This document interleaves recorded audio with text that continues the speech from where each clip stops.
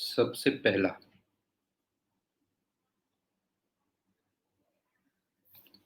मान लो ये एक डिस्क टाइप की कोई चीज है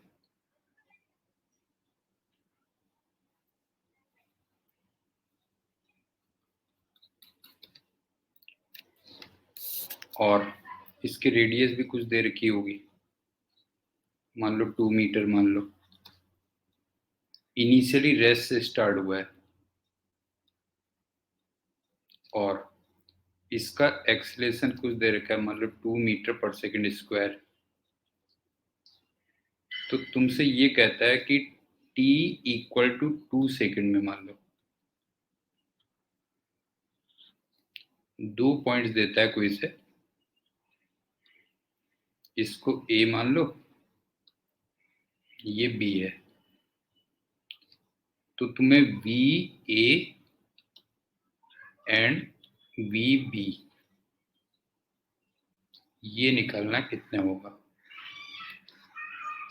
और प्योर रोलिंग दे रखी है, ध्यान रखना।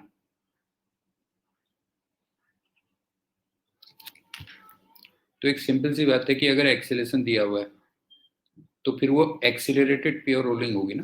प्योर रोलिंग में तो दो टाइप की होती है, यूनिफॉर्म प्योर रोलिंग और एक्सीलरेटेड प्योर रोलिंग। इसका मतलब एक्सीलरेटेड प्योर रोलिंग होगी बिकॉज एक्सेलरेशन दिया हुआ है। तो अब सिंपल सी बात है कि तुम इसका एक तो v निकाल लो, v इक्वल टू 80। ए और टी दोनों के दोनों 2 दे रखे थे तो 4 मीटर पर सेकंड आ गया। Omega equal to v by are,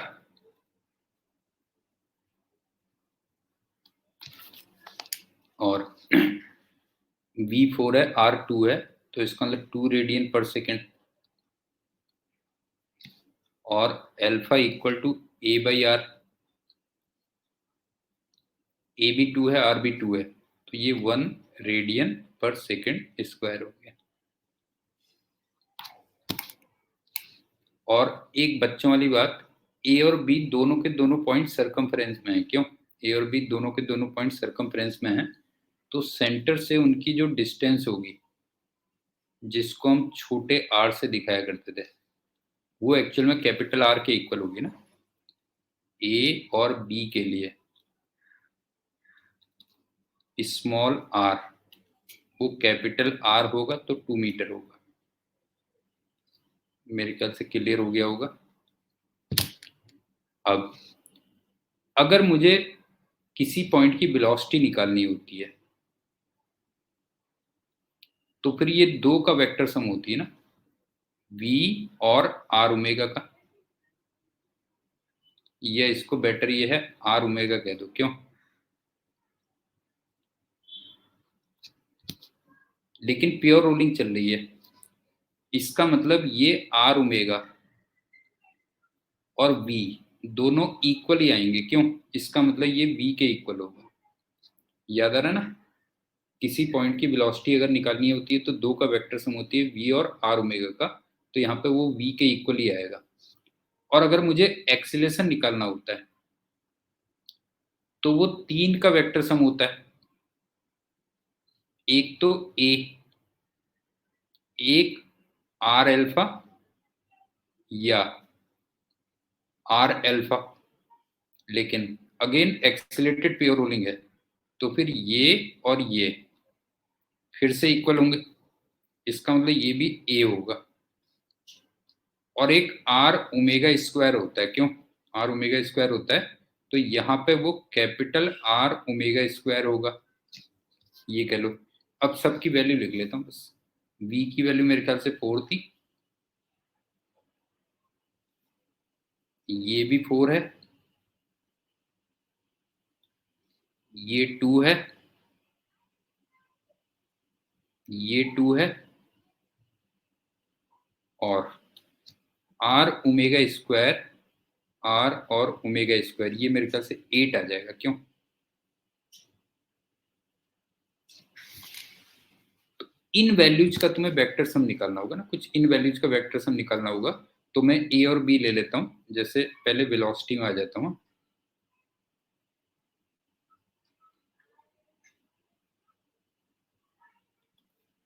ये पॉइंट ए है, ये पॉइंट बी है, इसको भी v मिलेगी और इसको भी v मिलेगी। अब आ जाओ आर ओमेगा जो v के इक्वल था, तो याद करो इसका आर ओमेगा इधर ही को आएगा, क्यों? तो वो भी v हो गया। लेकिन इसका आर ओमेगा नीचे को आता था, याद है? ये v आ गया, ये हो गया। तो इसका जो नेट आ गया वो 2v आ गया ना। टॉप मोस्ट पॉइंट की वेलोसिटी वैसे भी तुम्हें याद होगा 2v होती थी, और इस पॉइंट की वेलोसिटी √2v आ जाएगी। और फिर वैल्यू रख लो, v मेरे ख्याल से 4 आया था, तो ये तो हो गया 8 मीटर पर सेकेंड, और ये हो गया √2 × 4, इतना मीटर पर सेकेंड। ये तो वेलोसिटी आ गई दोनों पॉइंट्स की। अब एक्सीलरेशन में चलते हैं।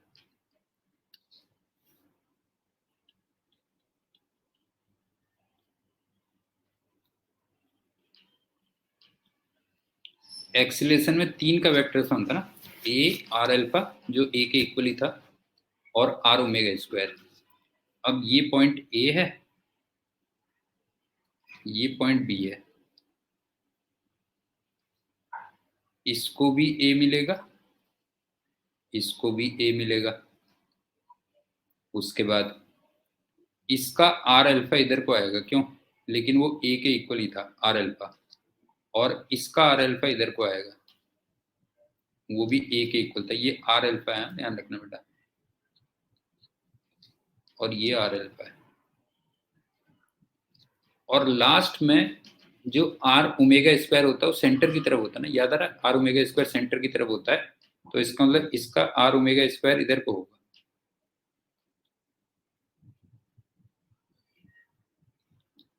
और इसका आर ओमेगा स्क्वायर इधर को आएगा।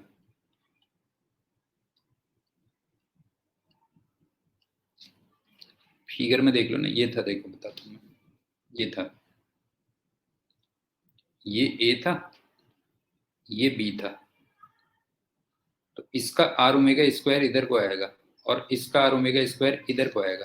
तो इनका वेक्टर सम निकाल लो बस, हो गया। ये कह लो, जैसे ये कितना हो गया, देखो ये ए और ए मिलके 2a आ गया, तो इसका मतलब ये तो 4 आ गया,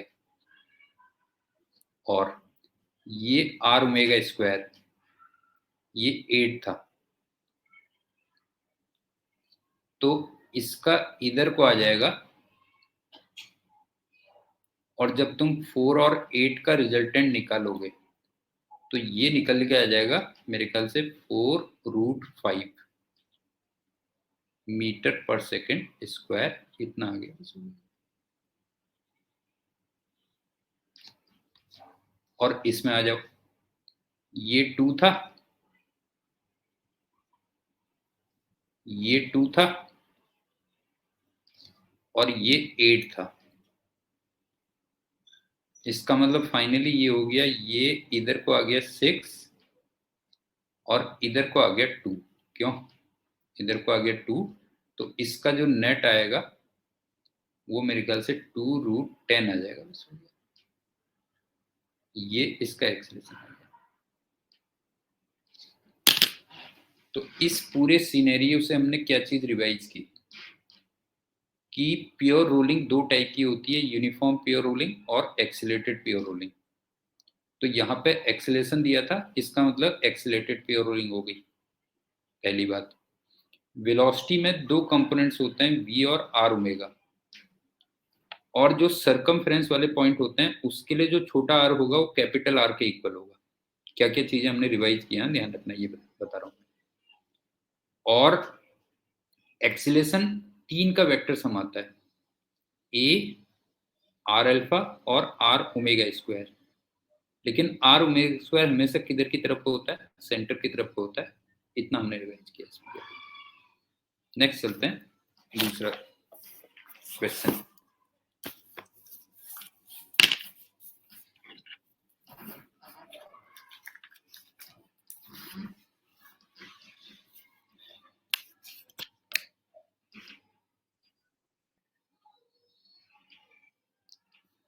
आपको ना एंगुलर मोमेंटम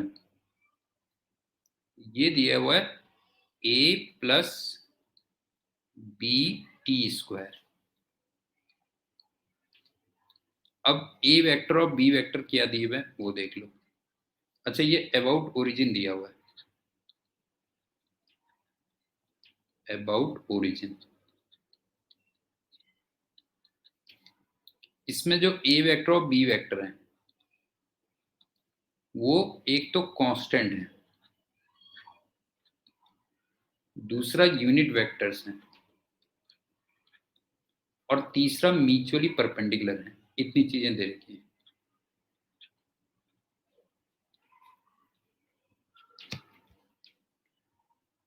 तो तुम्हें ये कहता है टॉर्क निकालना था व्हेन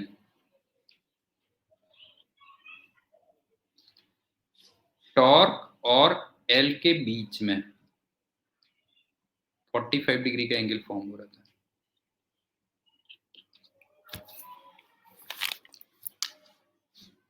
दोबारा देख लो, एल वेक्टर है, ए वेक्टर प्लस बी t², ए और बी कांस्टेंट है, यूनिट वेक्टर्स है, म्यूचुअली परपेंडिकुलर है।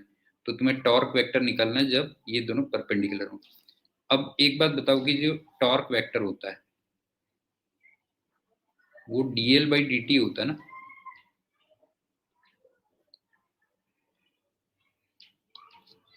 अब ए एक कांस्टेंट वेक्टर है तो वो तो 0 हो गया। बी भी एक कांस्टेंट वेक्टर है लेकिन उसके साथ t² है, तो इसका मतलब ये कितना हो गया, 0 प्लस बी तो कांस्टेंट वेक्टर आ गया और साथ में 2t आ गया। एक तो ये आ गया। अब दूसरी बात सुनो, ए वेक्टर इधर को था और बी वेक्टर इधर को था,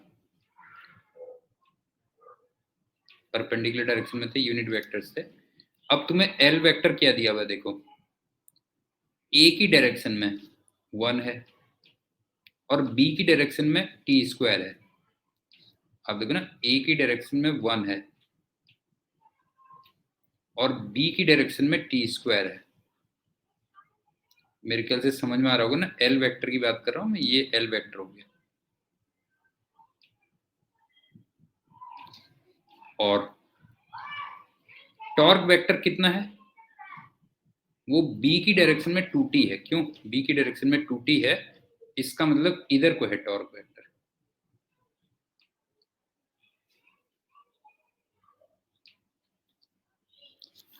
अब आप एक बात बताओ कि ये वाले वेक्टर और ये वाले वेक्टर में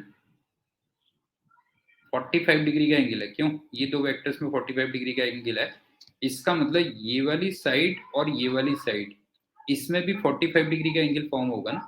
तो ये वाला एंगल 45 डिग्री हो गया। क्यों, अगर तुम देखोगे तो ये वाला एंगल कितना हो गया बेटा, जो ये वाला एंगल हो गया 45 डिग्री।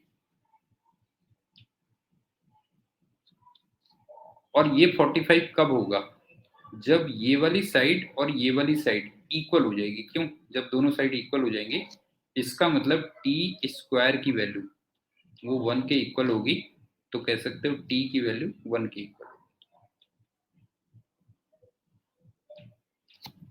और इस टाइम पे तुम्हें टॉर्क वेक्टर निकालना था। क्यों, इस टाइम पे तुम्हें टॉर्क वेक्टर निकालना था। तो टॉर्क वेक्टर ये आ रहा है, तो इसको t को 1 रख दो, बस हो गया। t को 1 रख दो तो आंसर कितना आ जाएगा, आंसर आ जाएगा 2b वेक्टर। आई थिंक मेरे ख्याल से ये भी समझ में आ गया होगा। इससे हमने खैर बहुत कंसेप्ट तो नहीं निकाले। इससे हमने क्या निकाला, एक तो टॉर्क वेक्टर dl/dt वेक्टर हो गया, एक तो हमने ये कंसेप्ट निकाला। दूसरा हमने जस्ट ये निकाला कि वेक्टर्स को देख के वो किस किस डायरेक्शन में है, एक ये कंसेप्ट निकाला हमने। और तीसरा ये निकाला कि अगर एल वेक्टर और टॉर्क वेक्टर के बीच में 45 डिग्री का एंगल है तो ऑब्वियस सी बात है t² की वैल्यू 1 होगी, तो वहां से टाइम निकल ये होगी। नेक्स्ट चलते हैं तीसरा।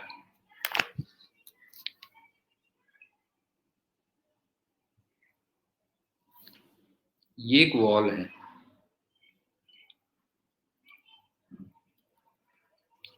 और एक m मास की बॉल v वेलोसिटी से इधर टकराती है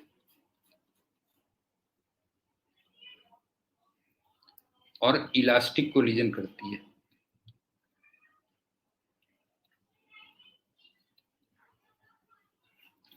तो ऑब्वियस सी बात है, और ये वाला एंगल दे रखा है 60 डिग्री मान लो, तो ये 60 डिग्री पे ही वापस आ जाएगी।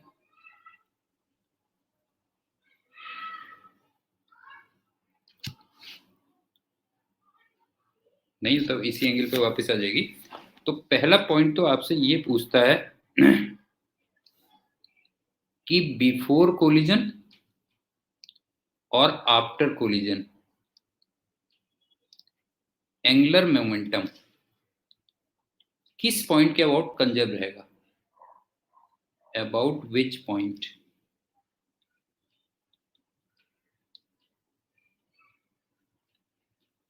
कंजर्व, एक तो ये पता। इसका बड़ा इंटरेस्टिंग रिजल्ट आता है कि तुम एक बात बताओ कि अगर मैं ये वाली लाइन लूं ना, ये वाली लाइन,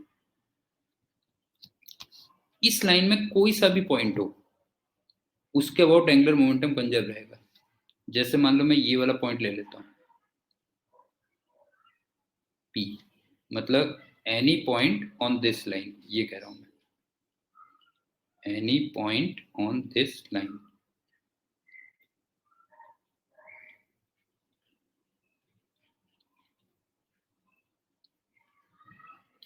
वो कैसे देखो, जब ये आ रहा था तो ये परपेंडिकुलर डिस्टेंस थी,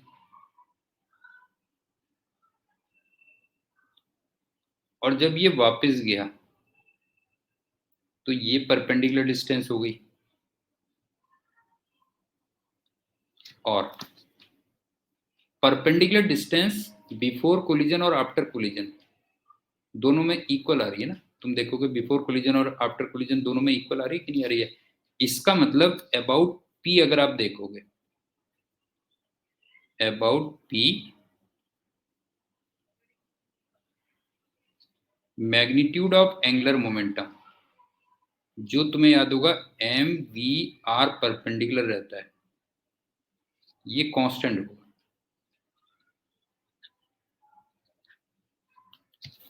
याद आ रहा है कि नहीं आ रहा बताओ। जो angular momentum pure translational motion में कितना होता है बेटा, एम वी आर परपेंडिकुलर होता है। तो इसका मतलब पी पॉइंट के अबाउट क्या होगा बताओ, जो कोई सा भी पॉइंट हो, पी ये हो, ये हो, ये हो, कोई सा भी पॉइंट हो, तो आर परपेंडिकुलर दोनों केस में क्या रहेगा, कांस्टेंट रहेगा ना। अगर आप देखोगे एम कांस्टेंट रहेगा, वी कांस्टेंट रहेगा, आर परपेंडिकुलर कांस्टेंट रहेगा। ये हो गया। अब चलते हैं डायरेक्शन की बात।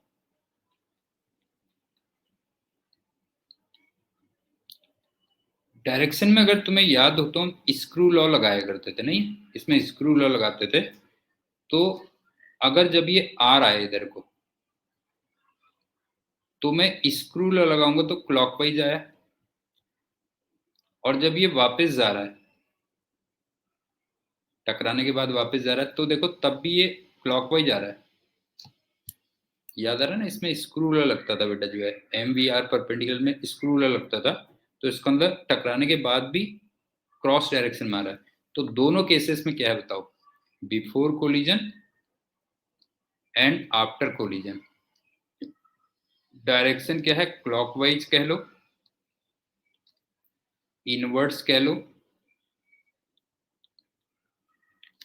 या क्रॉस डायरेक्शन में कह लो, और या फिर माइनस के कैप डायरेक्शन में कह लो।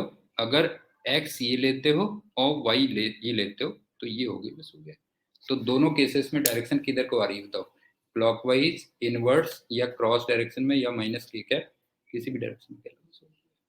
ये आ गया। इसके बाद इसका जो बी पार्ट था,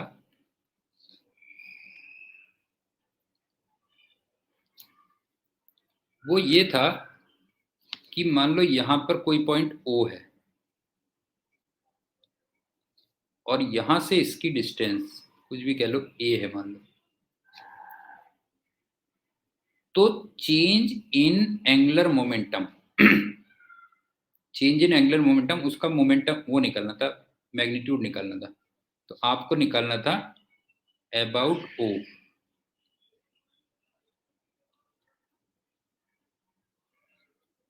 डेल्टा एल का मैग्नीट्यूड निकालना था। इसका मतलब L final minus L initial, इसका मैग्नीट्यूड निकालना था। अब थोड़ा सा चेंज आएगा, देखो क्या है। जब ये ऐसे आ रहा था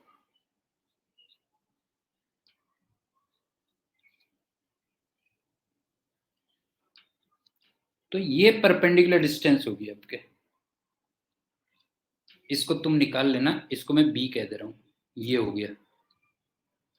और जब ये ऐसे चला गया तो ये परपेंडिकुलर डिस्टेंस होगी, और ज्योमेट्री लगा के देखोगे तो ये भी बी आएगा।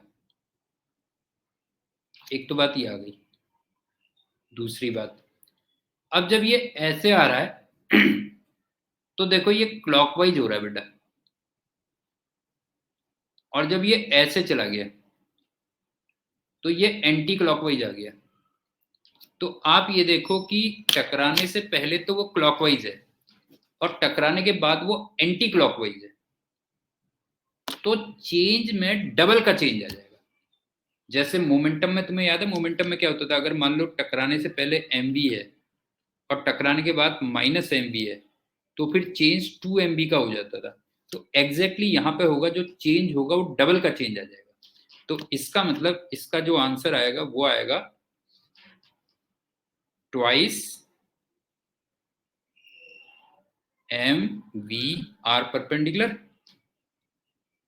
और यहां पे जो आर परपेंडिकुलर अब आएगा वो बी के इक्वल आएगा। बस हो गया जो है, ये कह लो।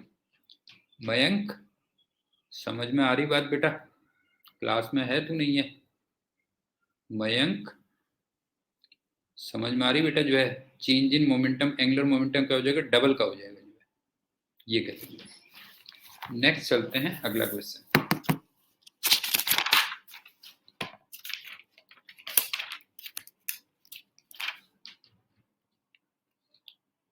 Fourth I think.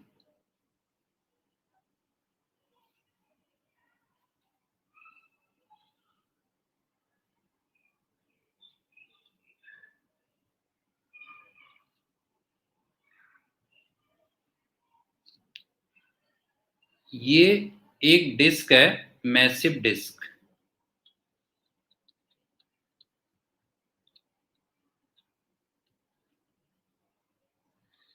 इसका मतलब मासलेस नहीं है, ध्यान रखना बेटा, मासलेस नहीं है। और ये एम है, और कोई स्लिप नहीं है कहीं पे, नो स्लिप।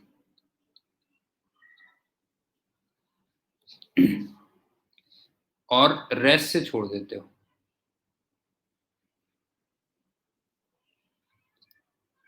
तो तुम्हें सिस्टम का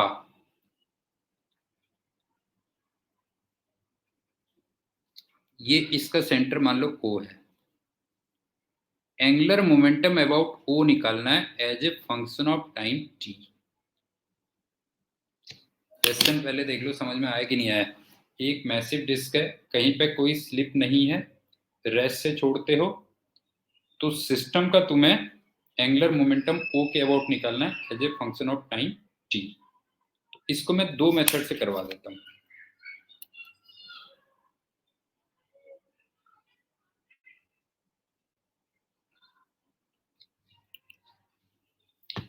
अब एक बात बताओ, सिस्टम पे अगर मैं फोर्स देखूंगा ना, तो ये T और ये T,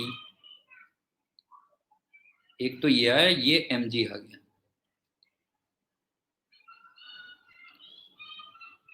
तो अगर मैं O के अबाउट टॉर्क देखूंगा, तो पहली बात तो डिस्क का टॉर्क नहीं आएगा, ध्यान रखना, डिस्क का टॉर्क नहीं आएगा O के अबाउट, बिकॉज उसका वेट वहीं पे लगेगा। तो अगर मैं डिस्क पूरे सिस्टम पे O के अबाउट टॉर्क देखूंगा, तो ये वाले टॉर्क तो कैंसिल हो जाएंगे ना, T और T के टॉर्क कैंसिल हो जाएंगे कि नहीं हो जाएंगे बताओ जो है। तो केवल किसका टॉर्क रह जाएगा, ये बताओ। सिस्टम पे O के अबाउट अगर मैं टॉर्क देखूंगा तो केवल किसका टॉर्क रह जाएगा, mg का टॉर्क रह जाएगा ना, बस हो गया जो है। तो इसका मतलब सिस्टम पे अबाउट O अगर मैं टॉर्क देखूंगा तो ओनली टॉर्क ऑफ mg हो जाएगा, और वो बाय द वे कितना हो जाएगा, mg इंटू आर हो जाएगा। अब आप ये देखो कि ये जो टॉर्क है ये कांस्टेंट है,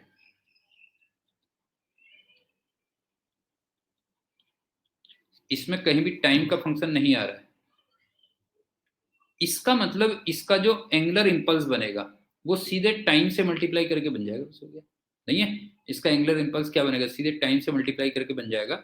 तो एंगुलर इंपल्स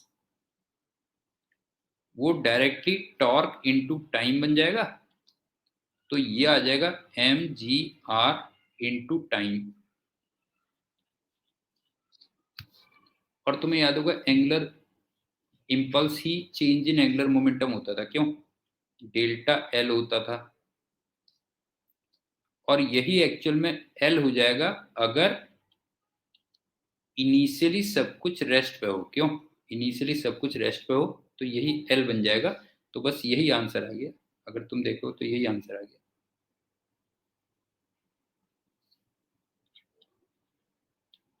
मयंक समझ में आया या नहीं आया बेटा, बता, पॉइंट क्लियर हो गया कि नहीं हो गया बता। जो है कि अगर तुमने सिस्टम पे ओ पॉइंट के अबाउट नेट टॉर्क देगा तो वो केवल और केवल mg का टॉर्क आएगा, और वो कांस्टेंट टॉर्क आ रहा है। इसका मतलब सीधे टाइम से मल्टीप्लाई कर दो तो वो एंगुलर इंपल्स बन जाएगा, और अल्टीमेटली वही फिर चेंज इन एंगुलर मोमेंटम या एल के इक्वल हो जाएगा। एक तो ये आ गया।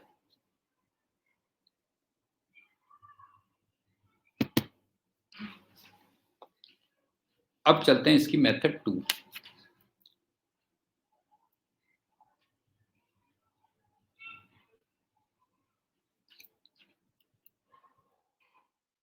एक्चुअल में इसका मोशन कैसा होगा देखो, ये ए से नीचे आएगा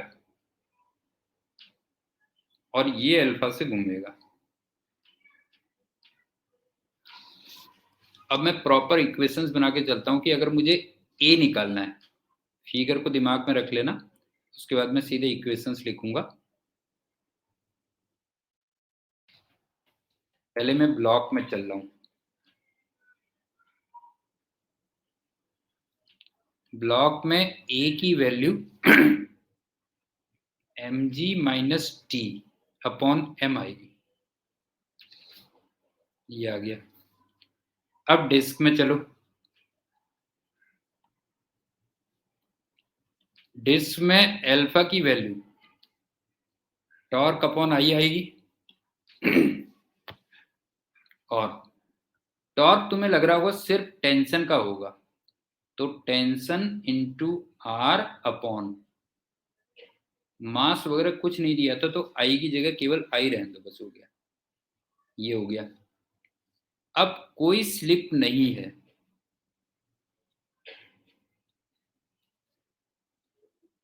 तो आप ए इक्वल टू आर अल्फा भी लिख सकते हो।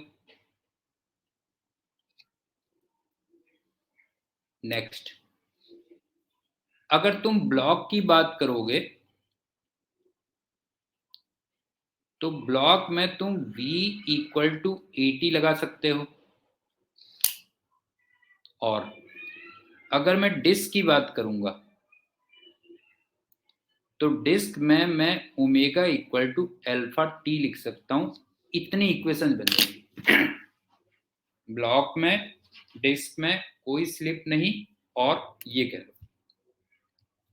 अब मुझे टोटल एंगुलर मोमेंटम निकालना था ओ के about, L about O of system, ये निकालना था। तो एक तो मेरा ब्लॉक का आ जाएगा, और एक मेरा डिस्क का आ जाएगा, और ब्लॉक में सिर्फ ट्रांसलेशनल मोशन है, ब्लॉक में सिर्फ ट्रांसलेशनल मोशन है, इसका मतलब एम वी आर परपेंडिकुलर लगाओगे, और डिस्क में सिर्फ रोटेशनल मोशन है, इसका मतलब आई ओमेगा लिखोगे, तो बस हो गया। अब यहां से आर परपेंडिकुलर को तो लिख लोगे रेडियस, वी को लिख लोगे 80, और ओमेगा को लिख लोगे अल्फा टी। तो जब आप ये सारी वैल्यू सब्स्टिट्यूट करोगे निकालने के बाद, तो आप देखना इसका भी जो आंसर आएगा वो आएगा mgr इंटू टाइम, इतना आंसर आएगा। कोई डाउट है तो बताओ बेटा, जो है कोई भी डाउट है तो बताओ।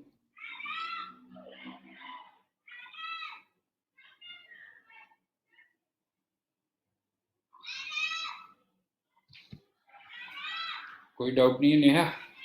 चलो बेटा।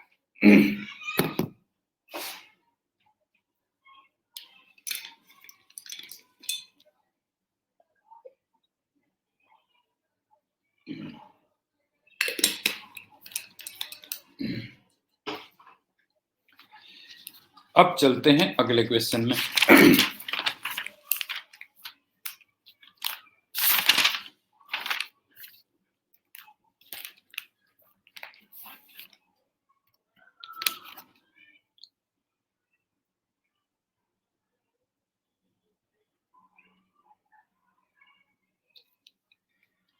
तो मैंने ये एक रॉड दे रखी है, यहां पे F1 दिया था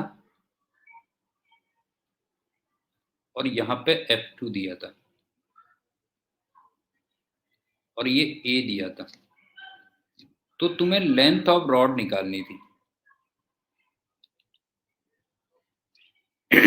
अगर केवल ट्रांसलेशनल मोशन हो, बस हो गया, ओनली ट्रांसलेशनल मोशन।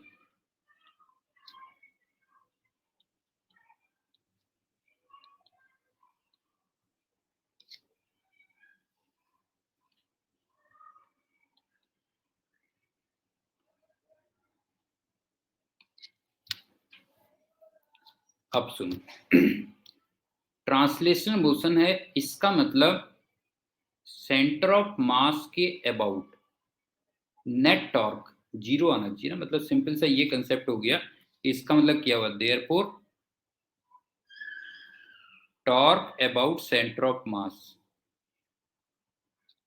ये जीरो आना चाहिए बस। ये एक सिंपल सा कंसेप्ट हो गया कि अगर आप चाह रहे हो कि केवल ट्रांसलेशनल मोशन हो, तो सेंटर ऑफ मास के अबाउट सिर्फ क्या होना चाहिए बताओ, जो है टॉर्क जीरो आना चाहिए। अब एक सिंपल सी बात यह है कि इसका मतलब सेंटर ऑफ मास यहां तो नहीं हो सकता, मतलब ए और बी के बीच में तो नहीं हो सकता।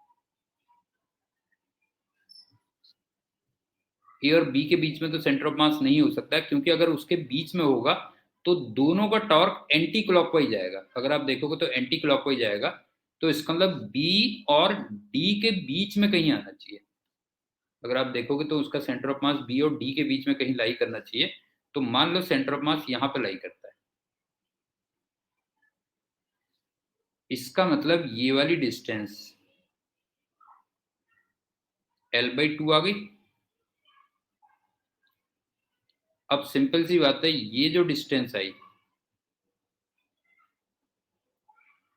ये L/2 माइनस ए आ गई, राइट। तो जितना क्लॉकवाइज टॉर्क F2 का आएगा, इतना ही एंटी क्लॉकवाइज टॉर्क F1 का आएगा। बस हो गया, ये करना है। जितना क्लॉकवाइज टॉर्क F2 का आएगा, उतना ही एंटी क्लॉकवाइज टॉर्क कितना आएगा, F1 का आएगा। तो आप कह सकते हो F2 इंटू L/2 माइनस ए। तो इक्वेशन ये हो जाएगी F2 into L/2 minus a equal to, ये हो जाएगा F1 इंटू L/2।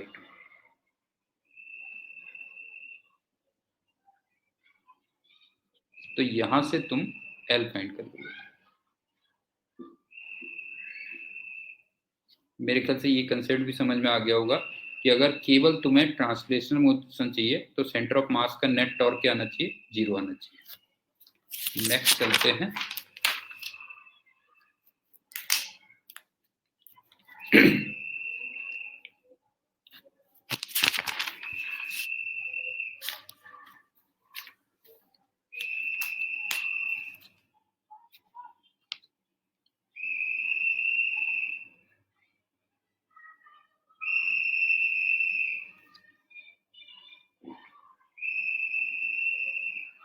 ये एक ब्लॉक है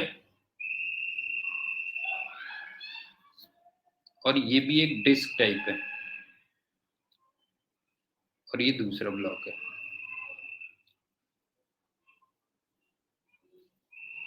ये M1, ये M2 और ये डिस्क है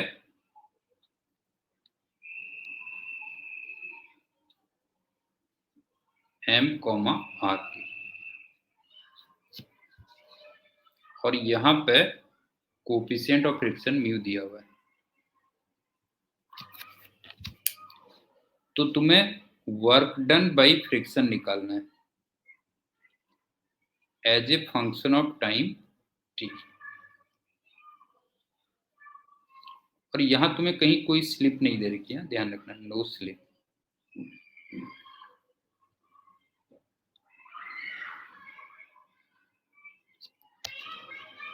तो एक सिंपल सी बात है, तुम्हें लग रहा होगा ना, जैसे ये अगर A से जाएगा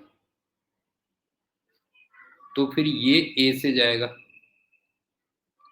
और ये अल्फा से घूमेगा, ऐसा फील आ रहा होगा, ध्यान रखना जो है। और अगर डिस्क में मास होता है तो फिर टेंशन भी अलग अलग आती है, ध्यान रखना बेटा जो है। इसका पूरा मैं कंसेप्ट बता दे रहा हूँ। जैसे ये मान लो T1 आ गया और ये T2 आ गया। पूरा कंसेप्ट देख लो क्या था बेटा जो है, कि अगर ये A से नीचे जा रहा है तो ये A से इधर जाएगा, ये अल्फा से घूमेगा। अब सबसे पहली बात, यहाँ पे कोई स्लिप नहीं है, यहाँ पे कोई स्लिप नहीं है, तो A इक्वल टू मैं R अल्फा लिखूंगा पहली बात। तो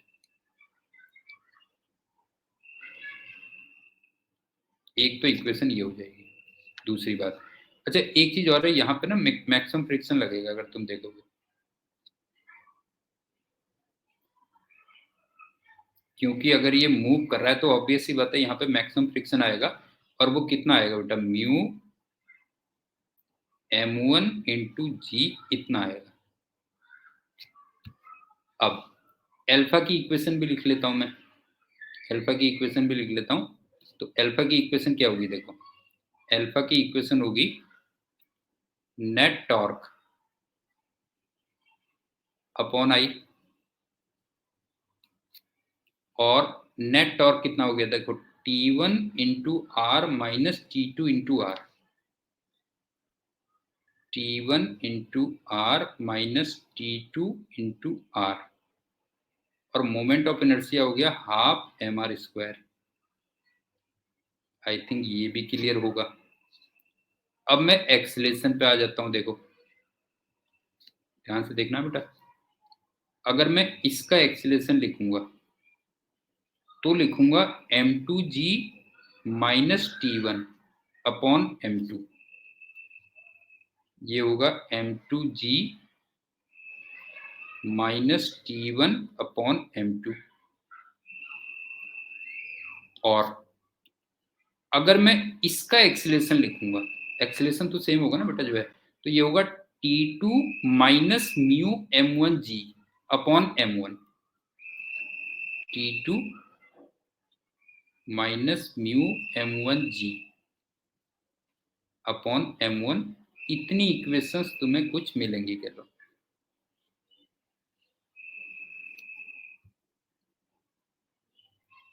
तो एनीवे यहाँ से तुम ए अल्फा वगैरह सब निकाल लोगे, खैर उतनी लंबी चौड़ी कैलकुलेशन नहीं करनी है। मेन मेरे को तुम्हें कंसेप्ट बताने थे, कंसेप्ट क्या क्या है बेटा जो है, कि एक तो इसका एक्सीलरेशन इक्वल होगा, और यहाँ पे अल्फा भी होगा, और अगर यहाँ पे कोई स्लिप नहीं है, कोई स्लिप नहीं है, तो ए इक्वल टू आर अल्फा होगा। ये कंसेप्ट मैंने बताया, राइट। तो वहां से क्या इक्वेशंस बना के तुम ए और अल्फा निकाल लोगे, और उसके बाद तुम्हें वर्क डन बाई फ्रिक्शन निकालना था। तो आप ये बताओ, वर्क डन बाई फ्रिक्शन ये इतना हो जाएगा ना, F into S into cos theta. General यही तो फॉर्मूला होता है कि नहीं होता, बताओ। वर्क डन बाई फ्रिक्शन अगर हमें निकालना है तो एफ एस कॉस थीटा होगा।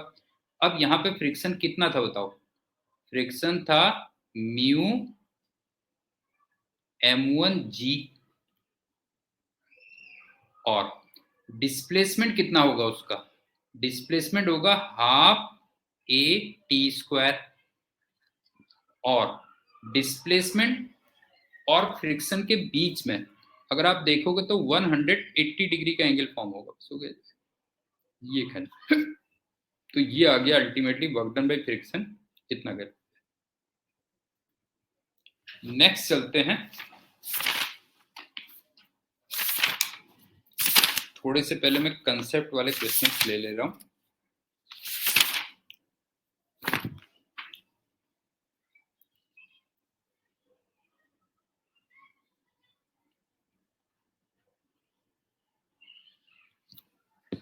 तुमने क्या किया, ये बॉल है, इसमें ना इसको घुमा के छोड़ दिया बेटा ओमेगा नॉट से, इधर भी म्यू दिया हुआ है और इधर भी म्यू दिया हुआ है। तो तुमसे ये कहता है कि कितने रोटेशंस के बाद ये रुक जाएगा, after how many rotations, how many rotations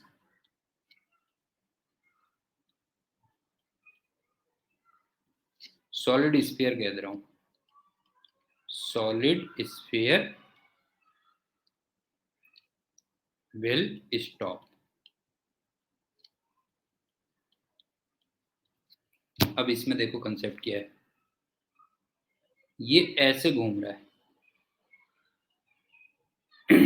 इसका मतलब बिल्कुल बॉटम मोस्ट पॉइंट देखोगे तो इधर को जा रहा था, मतलब ग्राउंड के रेस्पेक्ट में उसमें इधर को मोशन था तो ग्राउंड से उस पर मैक्सिमम इधर को फ्रिक्शन लगेगा।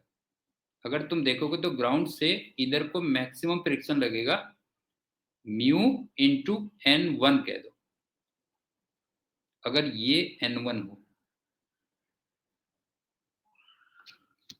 दूसरा, अब यहां पे आ जाओ, यहां पे इसका मोशन नीचे को था, मतलब रिलेटिव मोशन नीचे को था, इसका मतलब इस पे मैक्सिमम फ्रिक्शन ऊपर को लगेगा और ये आएगा म्यू इंटू n2, अगर ये वाली रिएक्शन n2 हो।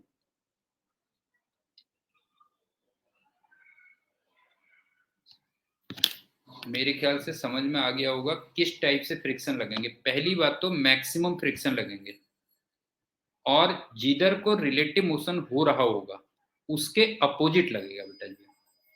अब दूसरी बात क्या है कि अल्टीमेटली ये कहीं मूव नहीं कर रहा है, कहीं भी मूव नहीं कर रहा है, तो नेट फोर्स तो जीरो होंगे।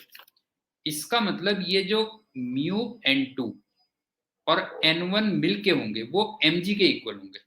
मतलब पहली इक्वेशन क्या बनेगी तो mu n2 plus n1, mu n2 plus n1, एक तो वो mg के इक्वल होगी। दूसरा, ये जो तुम्हें n2 दिख रहा होगा ये म्यू n1 के इक्वल होगा ना। अगर आप देखोगे तो n2 की वैल्यू कितनी होगी बताओ, जो है म्यू n1 के इक्वल होगी, तो दूसरी इक्वेशन बनेगी n2 equal to mu n1, एक इक्वेशन ये बन जाएगी। और अल्टीमेटली ये रिटार्डेशन देगा ना, मतलब ये जो दो फ्रिक्शन लगे हुए हैं तुम देखोगे तो दोनों के दोनों रिटार्डेशन देंगे ना बेटा, जो है जैसे ये है मैंने ऐसे रखा था, एक फ्रिक्शन यहां से आ गया, एक फ्रिक्शन यहां से आ गया, तो ये दोनों इसको इधर को अल्फा देंगे, क्यों नहीं बताओ, इधर को अल्फा देंगे तो अल्फा कितना निकल के आएगा तो जो है अल्फा निकल के आएगा net retarding torque upon moment of inertia आ जाएगा, बस हो गया।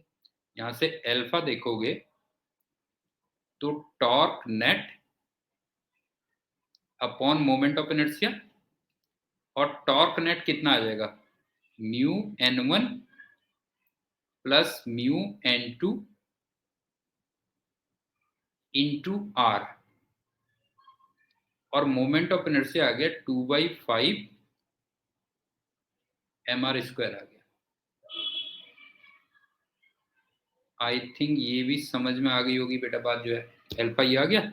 और उसके बाद हमें लास्ट में निकालना था कि कितने रोटेशंस वो करेगा रुकने से पहले। तो नंबर ऑफ रोटेशंस तुम जानते होगे थीटा अपॉन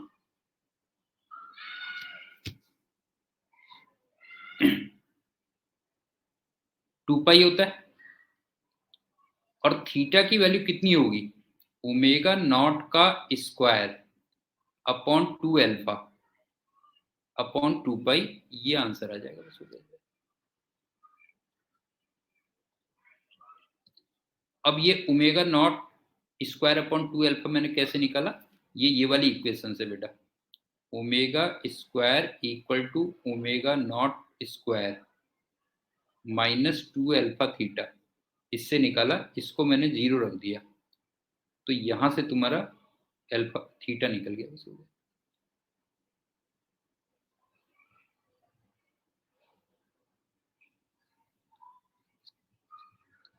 मेरे ख्याल से इस क्वेश्चन का कंसेप्ट भी समझ में आ गया होगा। ये ऐसे घूम रहा था, तो दोनों तरफ से मैक्सिमम फ्रिक्शन मोशन के अपोजिट लगेगा। क्यों, दोनों तरफ से मैक्सिमम फ्रिक्शन मोशन के क्या होगा, अपोजिट अप्लाई करेगा, तो वो वहां से तुम्हें अल्फा निकलेगा, बस रिटार्डेशन मिलेगा। ये कर, ये भी आ गया। अगला कौन सा क्वेश्चन तुम्हारा जिसमें कंसेप्ट बनता है वो देख रहा हूँ बेटा मैं।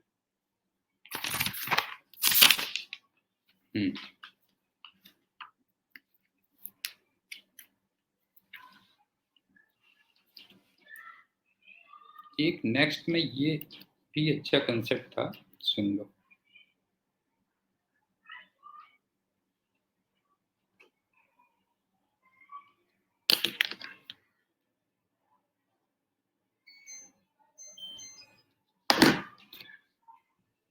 ये ना इस टाइप से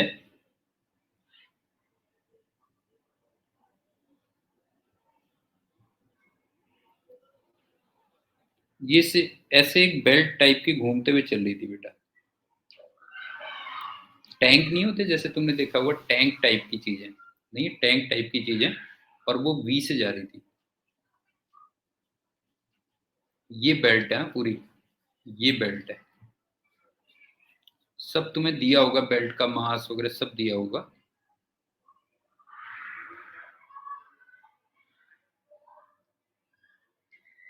इस टाइप से दिया होगा, तो तुम्हें बेल्ट की टोटल काइनेटिक एनर्जी निकालनी थी, मतलब प्योर रोल हो रहा है, कोई स्लिप नहीं है, नो स्लिप। तो तुम्हें बेल्ट की टोटल काइनेटिक एनर्जी निकालनी थी।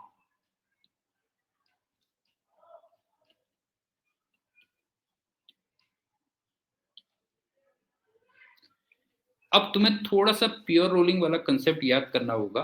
जैसे क्या है, देखो ये है,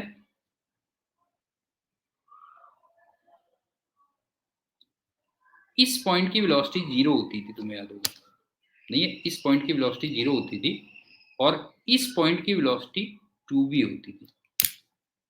ये हो गया। अब इतने पोर्शन की जो वेलोसिटी होगी, ये या फिर ये, इतने पोर्शन की जो वेलोसिटी होगी वो 0 से लेकर 2v तक चेंज होगी। आप देखो ना, जैसे जैसे ऊपर जाओगे तो 0 से लेके 2v तक चेंज होगी, और इसी टाइप से यहां पे होगी। तो मेरे ख्याल से समझ में आ गया होगा, टॉप मोस्ट पॉइंट की velocity 2v, bottom most point की वेलोसिटी 0, और जो तुम्हें सर्कुलर पोर्शन दिख रहा है उसकी वेलोसिटी 0 से लेकर 2v तक क्या होगी, चेंज होगी। अब तुम क्या कर सकते हो, देखो ये पोर्शन और ये पोर्शन, इसको मिला के तुम ये मान सकते हो जैसे ये एक रिंग बन गई। आप देखो ना, इसको मिला के तुम ये मान सकते हो जैसे ये रिंग बन गई जो प्योर रोल कर रही है।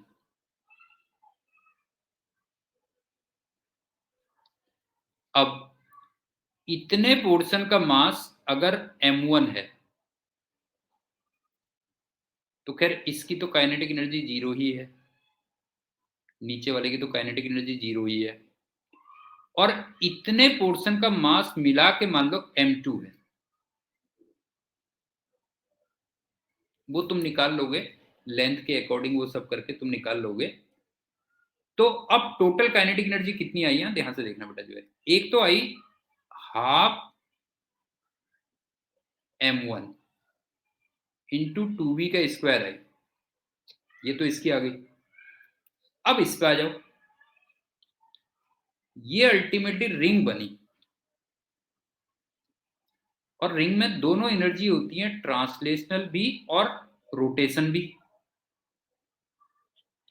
लेकिन प्योर रोलिंग के केस में दोनों की दोनों इक्वल होती है। नहीं है, प्योर रोलिंग के केस में दोनों की दोनों क्या होती है, इक्वल होती है, बिकॉज के आर अपॉन के टी की वैल्यू 1 आती है। रिंग के केस में के आर अपॉन के टी की वैल्यू 1 आती है, दोनों इक्वल होती है। तो इसका मतलब उतने पोर्शन की फिर कितनी रह जाएगी बेटा, जो है उतने पोर्शन की रह जाएगी 2 times half m2 into v square, ये आ जाएगी, ये कह लो। तो आई थिंक समझ में आ गया होगा। बेल्ट में क्या है, टॉप मोस्ट में कुछ पॉइंट की velocity 2v, bottom most point की वेलोसिटी 0, और जो बाकी रह गया उसको एक रिंग कंसीडर कर लो जिसमें प्योर रोल चल रहा है, और उसकी वेलोसिटी 0 से लेकर 2v तक वेरी कर रही है। तो उसमें ट्रांसलेशनल और काइनेटिक रोटेशन दोनों होंगी, और दोनों की दोनों इक्वल होंगी। तो इसका मतलब ट्रांसलेशन की डबल आ जाएगी, ये कर लीजिए। ये भी आ गया।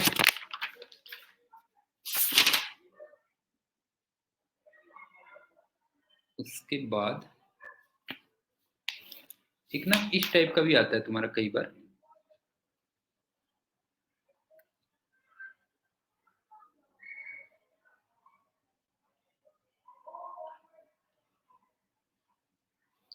जैसे ये एक डिस्क टाइप की है,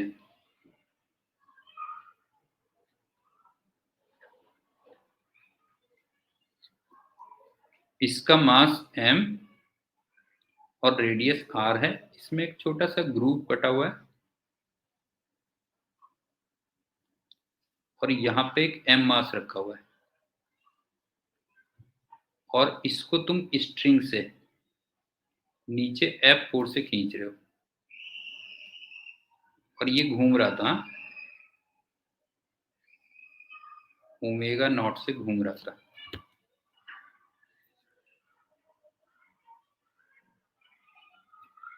अब तुमसे ये कहता है कि वर्क डन बाई F कितना होगा।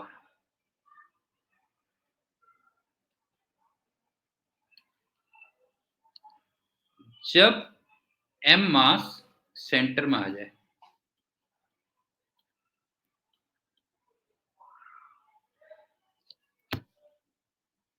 अब एक सिंपल सी बात देखो कि जो F है वो यहां से पास हो रहा है, इसका मतलब इसका टॉर्क 0 होगा।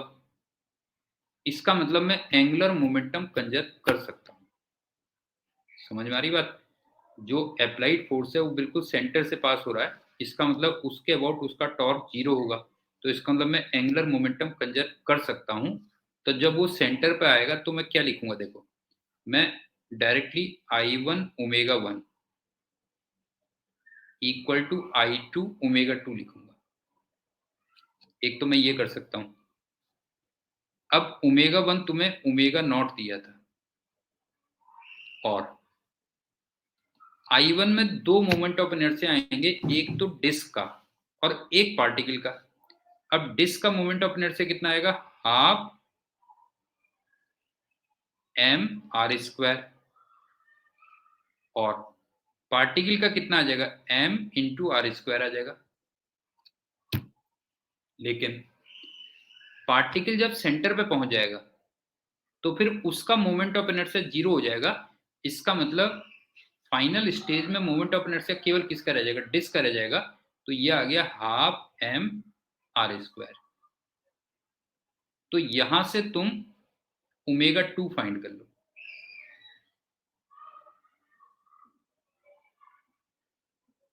एक तो ये आ गया, आई थिंक समझ में आ गया होगा। एंगुलर मोमेंटम कंजर्व करके एक तो आपने फाइनल ओमेगा निकाल ली, और उसके बाद क्या हुआ कि जो एफ है, वो अल्टीमेटली एक्सटर्नल फोर्स है।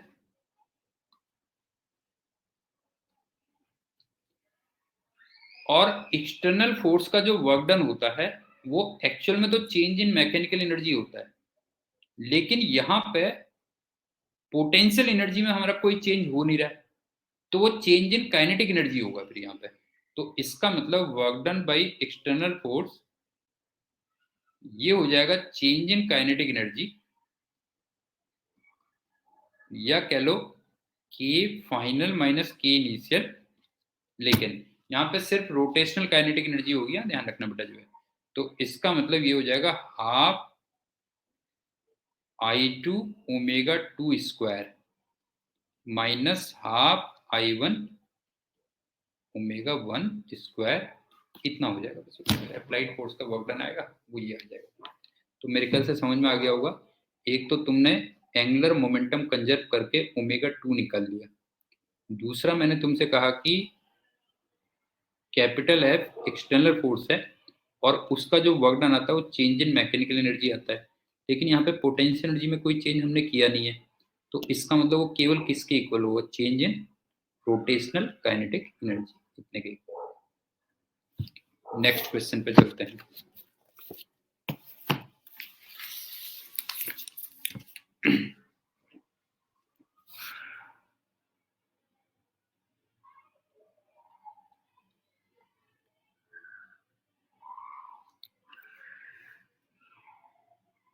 टेन केजी की एक बॉडी है,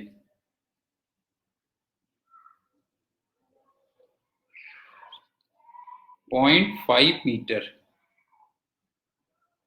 उसकी रेडियस है और वो प्योर रोल कर रही है और उसकी लीनियर वेलोसिटी 2 मीटर पर सेकेंड है और टोटल काइनेटिक एनर्जी 32.8 जूल है।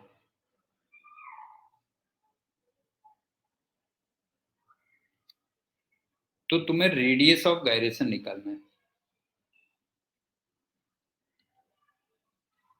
रेडियस ऑफ गायरेशन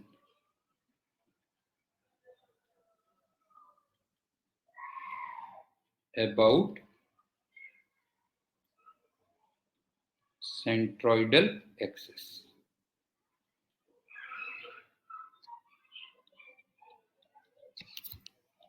मास दिया हुआ है, रेडियस दे रखी है, प्योर रोल दिया हुआ है, लीनियर वेलोसिटी दे रखी है और टोटल एनर्जी दे रखी है, और तुम्हें रेडियस ऑफ गायरेशन निकालना है। तो सुनो, ये बताओ जो टोटल काइनेटिक एनर्जी होगी वो half mv square plus half I omega square होगी ना, ये होगी। अब आई अगर तुम्हें याद होगा तो m इंटू के स्क्वायर होता है, और जहां पे k की वैल्यू, यही एक्चुअल में रेडियस ऑफ गायरेशन होगा। क्यों नहीं होता, यही क्या होगा, रेडियस ऑफ गायरेशन होगा। ये आ गया। और ओमेगा की जो वैल्यू है ये v अपॉन आर रख देना, नहीं है, ओमेगा की वैल्यू रख देना v अपॉन आर। तो यहां से तुम्हारा रेडियस ऑफ गायरेशन आ जाएगा, ये कह दोगे। तो यहां से तुम फाइंड करोगे रेडियस ऑफ गायरेशन की। आई थिंक समझ में आ गया होगा। सिंपल सा एग्जांपल है कि तुम्हें टोटल काइनेटिक एनर्जी दे रखी है, तो उसमें हाफ एम वी स्क्वायर भी होगा, हाफ आई ओमेगा स्क्वायर भी होगा, आई की वैल्यू एम के स्क्वायर के इक्वल होगी। तो यहाँ से निकल, लेकिन यहाँ से एक काम करते हैं, थोड़ा ना एक्सप्रेशन बना लेते हैं बेटा जो है। अगर मुझे टोटल काइनेटिक एनर्जी लिखनी है तो एक तो मैंने लिखा half m v square plus half, ध्यान से देखना आई आना था, तो आई का मतलब एम के स्क्वायर और ओमेगा का मतलब v square upon r square.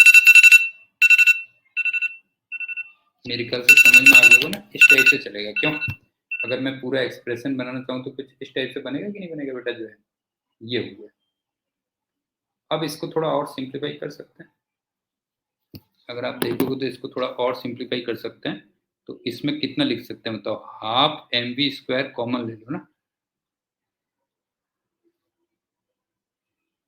तो 1 प्लस k² अपॉन r²। तो ये भी तुम लिख सकते हो ना, कभी तुम्हें अगर आगे कहीं पे यूज हो तो ये भी लिख सकते हो बेटा जो है, कि टोटल जो काइनेटिक एनर्जी होती है वो इतनी होती है, बस हो गया जो है, half mv², 1 plus k² upon r², ये होती है। लेकिन ये ध्यान रखना, ये प्योर रोलिंग के लिए बनाई है मैंने, प्योर रोलिंग। और प्योर रोलिंग का मतलब जब मैंने v को किसके इक्वल रखा है, r ओमेगा के। और वो इसलिए बिकॉज यहाँ पे देखो मैंने ओमेगा को v/r रखा था बेटा, ये कर। तो आई थिंक समझ में आ गया होगा कि एक इस टाइप का एक्सप्रेशन भी बन जाता है ना, total kinetic energy half mv², 1 plus k² upon r²। Mayank, कोई डाउट है? कोई डाउट है बेटा? नेहा, मयंक, कोई भी डाउट हो तो बताओ बेटा।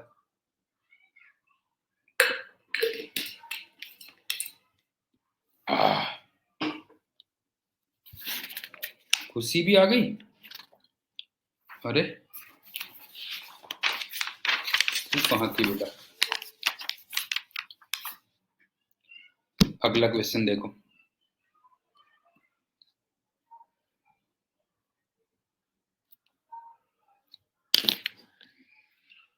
अरे यार बेटा मयंक, क्या बताऊं, अब तू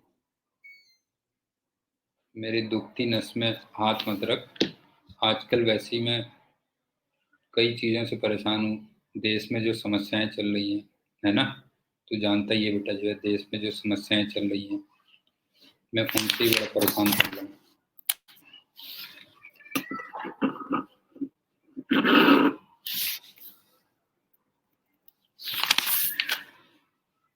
अगला क्वेश्चन चलता है, नेक्स्ट। इससे भी एक छोटा सा कंसेप्ट मिलेगा, ध्यान रखना, बहुत छोटा सा कंसेप्ट मिलेगा, लेकिन मिलेगा, ऐसा नहीं कि नहीं मिलेगा। एक रोटेशनल मोशन चल रहा है,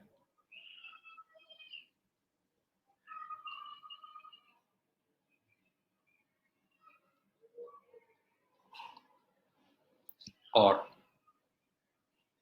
यहां पे तुम्हें फ्रीक्वेंसी दे रखी है आरपीएम में, और एक टाइम दे रखा है। इसका कुछ ग्राफ दिया हुआ है, कुछ इस टाइप से मान लो, कुछ भी मान लो, 10, 20, 20, 40, इस टाइप से। और सपोज करो तुमसे कहता है कि टोटल रोटेशंस कितने हुए,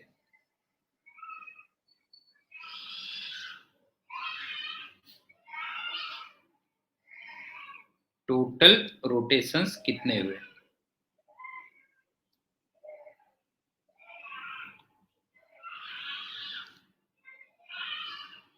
मैं काफी दिन से जो है ना, पता है, वो बनाना चाह रहा हूँ, क्योंकि थोड़ा मामला थोड़ा क्रिटिकल है, थोड़ा सेंसिटिव मामला है। कई दिन से जो है कश्मीर फाइल्स जो पिक्चर आ रही है ना आजकल, तुमने देखा व्हाट्सएप ग्रुप में बहुत वो चलता है जो है, नहीं, व्हाट्सएप ग्रुप में कश्मीर फाइल, और उस पर जो है, तो मामला बड़ा सेंसिटिव है। तो हाँ, तो उस पर जो है मैं काफी दिनों से एक वीडियो बनाना चाह रहा हूँ। हाँ, देखी तूने? तेरी क्या हुआ है, तू कितनी रेटिंग देगा बता? एज ए फिल्म बस हो गया, ओनली फिल्म बता जो है, केवल फिल्म के एंगल से बताना, बाकी कुछ इधर उधर की बातें नहीं करनी है, बाकी कुछ भी इधर उधर की बातें नहीं करनी है। हाँ, और किसने देखी है और बताओ, 5 में से बताओ कितनों ने देखी है, बताओ, बिल्कुल ऑनेस्ट, बिल्कुल इधर उधर कुछ नहीं सोचना। जस्ट तुम एक फिल्म देखने गए हो, तो तुम क्या रेटिंग दोगे बेटा जो है? मैं इधर उधर की बिल्कुल बात नहीं कर रहा हूँ, बिल्कुल फिल्म की बात कर रहा हूँ बेटा जो है। एक्चुअल में तुम जानती हो मैं फिल्म लवर हूँ ना, तुम तो मेरे को जानती हो बेटा, मैं फिल्म वो करता हूँ। तो मैं कोई सी भी फिल्म होती है ना, हाँ, कोई सी भी फिल्म होती है तो मैं उसको बड़ा डीप मतलब ना फिजिक्स की तरह देखता हूँ, उसमें कंसेप्ट निकालता हूँ। कंसेप्ट का मतलब जैसे उसका डायरेक्शन देखूंगा, उसका म्यूजिक कैसा है, स्टोरी लाइन कैसा है, एक्टिंग कैसी है, उस ढंग से देखता हूँ। तो अगर ये हाइप क्रिएट नहीं होती तो मैं उसको 2 और 2.5 के बीच में रखता। मतलब मेरी रेटिंग के हिसाब से एज ए फिल्म अगर देखोगे तो मैं उसको 2 और 2.5 के बीच में रखता। लेकिन वो इसलिए थोड़ा सा कम हो जाता है क्योंकि मैं बहुत वो करने लगता हूँ उसमें, है ना, नुका चिन्नी बहुत करने लगता हूँ बेटा जो है। लेकिन मार्केट में भी तुमने देखा होगा कई बार न्यूज़पेपर्स और उसमें रेटिंग देते हैं लोग बाग। तो अगर हाइप क्रिएट नहीं होती, नहीं है, अगर हाइप क्रिएट नहीं होती तो मुझे नहीं लगता कि वो 3 से 3.5 के बीच में कोई देता। अगर बिल्कुल एक नॉर्मल फिल्म की तरह आई होती, है ना, अगर ये नॉर्मल फिल्म की तरह आई होती तो मुझे लगता है कि वो 3 और 3.5 के बीच में जो है वो रहता। अब दूसरी बात, उसमें अनुपम खेर की एक्टिंग की बड़ी तारीफ हो रही है। तो मैं ये नहीं कहूंगा कि एक्टिंग बुरी है, लेकिन अगर अनुपम खेर की तुम पुरानी पिक्चरें देखो बेटा जो है ना, अनुपम खेर की पुरानी पिक्चरें देखो तो उसने बहुत अच्छी अच्छी एक्टिंग की है, इससे बहुत अच्छी एक्टिंग की है। सारांश पिक्चर देखो, एक ही रास्ता पिक्चर देखो बेटा जो है, तो उसमें तुम्हें बहुत अच्छी एक्टिंग मिलेगी जो है। और एक जो विलेन बना है इसमें बेटा, उसकी भी बहुत तारीफ हो रही है, कराटे, नहीं है, कराटे उसका नाम है। अच्छा तुम्हें यहाँ पे एक जनरल नॉलेज की बात भी बता देता हूँ, उसका नाम पता है कराटे कैसे पड़ा बेटा जो है? उसका नाम दूसरा है, उसका नाम दूसरा है। वो उसने एक पर्टिकुलर किसी से ना उसकी दुश्मनी थी, दोस्त से किसी लड़ाई झगड़ा होता रहता था, तो उसके लिए उसने कराटे सीखा था बेटा जो है, बिट्टा कराटे, बिट्टा कराटे। तो उसने क्या होता, दोस्त उसको मारपीट देता था जिसका उसने पहला मर्डर किया था, तो उससे लड़ने के लिए उसने कराटे सीखा था, तो उसका नाम बिट्टा कराटे पड़ा बेटा जो है। तो बिट्टा कराटे की भी बड़ी तारीफ हो रही है जो है। तो मुझे उसकी भी एक्टिंग में कोई ऐसा वो नहीं लगा। मैं तुम्हें भी अगर एक्टर बना दूं बेटा जो है, और अगर इस टाइप का क्रूअल वो बना दूं, है ना, उसमें कि तुम 20-20 मर्डर कर रहे हो, किसी को इनोसेंट लोगों को मार रहे हो बेटा जो है, तो ऑब्वियस सी बात है किसी को भी जो है बुरा लगेगा ही लगेगा, जिसमें थोड़ा सा भी दिल है उसको नेचुरल सा तो बुरा लगेगा ही लगेगा। तो उसका भी कोई वो नहीं है।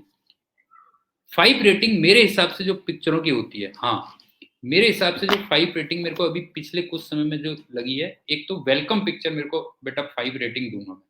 वेलकम पिक्चर को आप दिमाग को घर में रख के जाओ और जो है बिल्कुल जो है फुल टॉस, मतलब जो है कॉमेडी है, मतलब जो है नहीं है।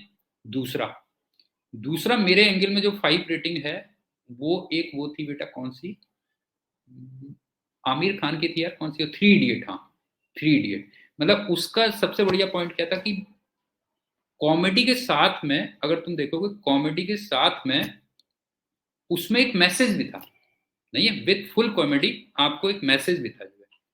तो इनको मैं अगर लिखता, अगर पिक्चरों के बारे में लिखता तो मैं जो है इनको देता 5 रेटिंग, एज ए फिल्म में इनको देता। तो एनीवे हम बात से भटक गए थोड़ा सा, तो मैंने केवल फिल्म की वो किया बेटा, ध्यान रखना जो है। अब सुनो, यहां से ना एक छोटा कंसेप्ट और निकालना, टोटल रोटेशंस निकालने तुम्हें, हाँ। अब मुझे एक बात बताओ कि अगर किसी की फ्रीक्वेंसी 10 हर्ट्ज है, इसका मतलब 1 सेकंड में वो 10 रोटेशंस ले रहा है, क्यों? 1 सेकंड में 10 रोटेशंस ले रहा है। और अगर मैं t = 2 पे करूं, जो टोटल रोटेशंस होंगे,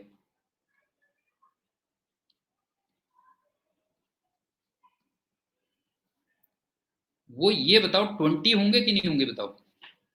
समझ में आ रहा है क्या कह रहा हूं बेटा मैं जो है, कि अगर मान लो किसी की फ्रीक्वेंसी 10 हर्ट्ज है, इसका मतलब 1 सेकंड में वो 10 रोटेशंस ले रहा है, तो 2 सेकंड में अगर मैं टोटल रोटेशंस देखूं तो 20 होंगे।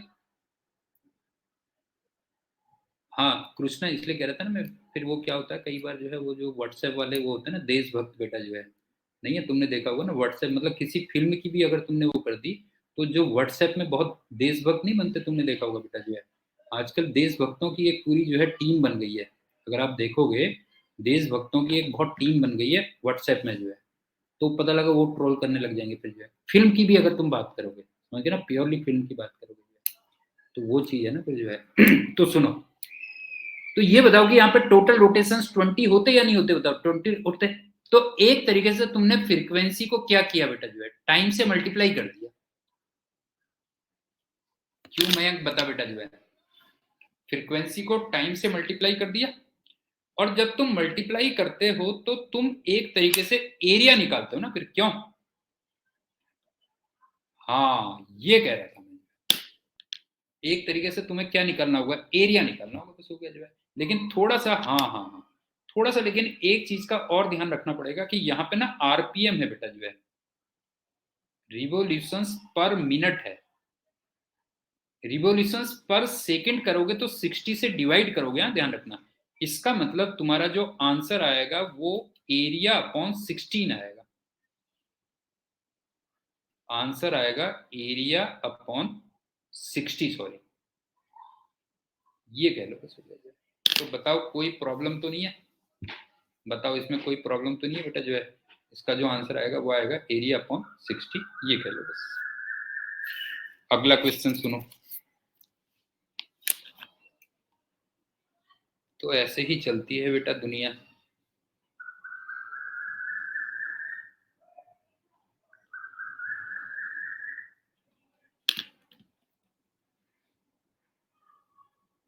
तो व्हाट्सएप वाले देशभक्त तो नहीं हो तुम लोग भी कहीं बेटा, खुशी तू व्हाट्सएप वाली देशभक्त तो नहीं है?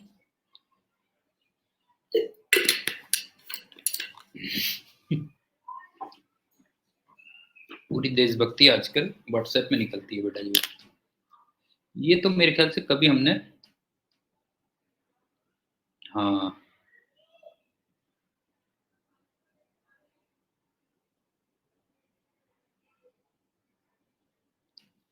ये एम है, ये एल है, और रिलीज कर देते हैं। ये देखा भी होगा कई बार तुमने क्वेश्चन। तो तुम्हें एक्सीलरेशन ऑफ सेंटर ऑफ मास निकालना है।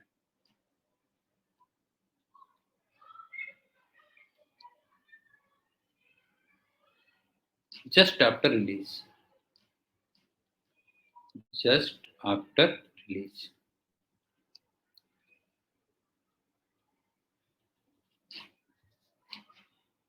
तो कंसेप्ट पे चलेंगे बेटा, जो है हम तो कंसेप्ट को मारते हैं ना।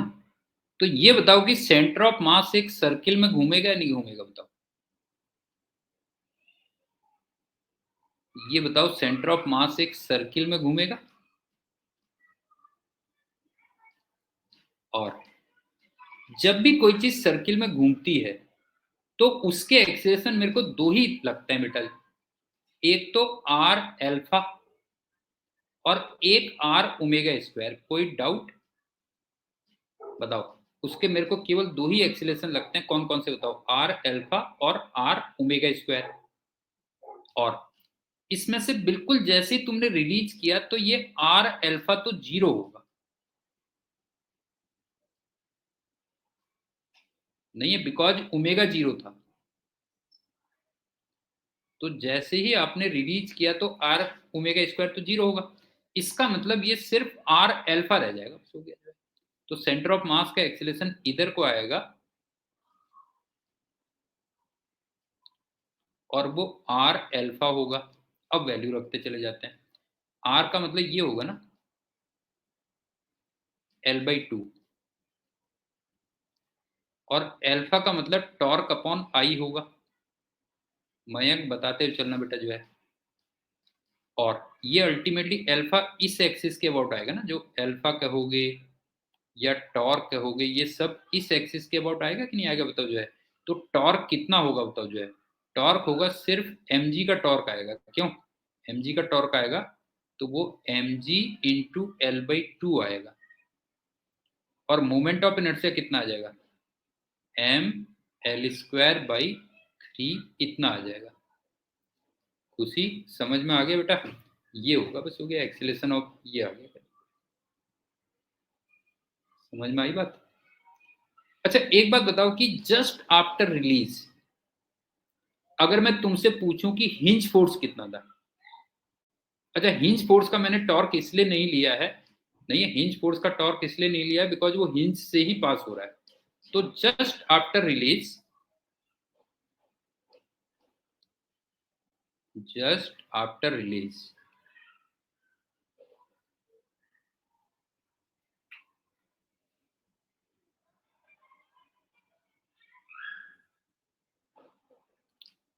हिंज फोर्स कितना था? तुम्हें याद है मैंने कंसेप्ट बताया था, तुम्हें क्लास में एक कंसेप्ट बताया था कि किसी भी बॉडी पे जो टोटल फोर्स होता है वो मास into acceleration of centre of mass होता है। याद आ रहा है कि नहीं आ रहा है बेटा? बताओ जो है, किसी भी बॉडी पे जो टोटल फोर्स होता है वो किसके इक्वल होता है? बताओ जो है, mass into acceleration of centre of mass होता है। इसका मतलब hinge force plus weight force equal to mass into acceleration of centre of mass. कोई डाउट? मयंक बता बेटा जो है, ये बताया था कि नहीं बताया था कि किसी बॉडी पे जो भी नेट फोर्स होता है वो किसके इक्वल होता है? बताओ जो, मास इनटू इतना। अब तुम्हें ये निकालना है और वेट को मैं mg इंटू माइनस जे कैप लिख दूं तो कोई प्रॉब्लम? क्योंकि नॉर्मली हम x को ये लेते हैं और y को ये लेते हैं, तो माइनस जे कैप हो गया। और एक्सीलरेशन ऑफ सेंटर ऑफ मास मैंने तुम्हें अभी बताया, are alpha into minus J cap, ये हो जाएगा। ये कर, समझ में आ गया मयंक? मयंक समझ में आया बेटा? ये कर लो। अब चलते हैं नेक्स्ट क्वेश्चन में।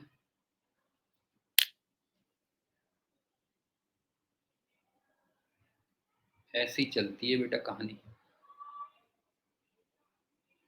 ये ना इस टाइप से था।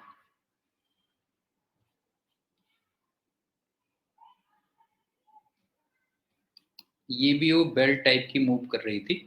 जैसे ये ए था, ये बी था, बी की जो रेडियस है वो ए की रेडियस की हाफ दे रखी है। वही प्योर रोल करता हुआ ये दोनों मूव कर रहे हैं।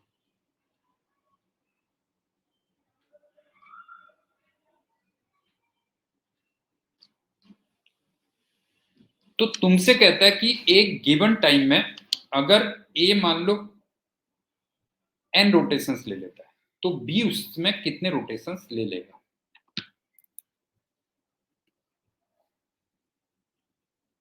इन ए गिवन टाइम।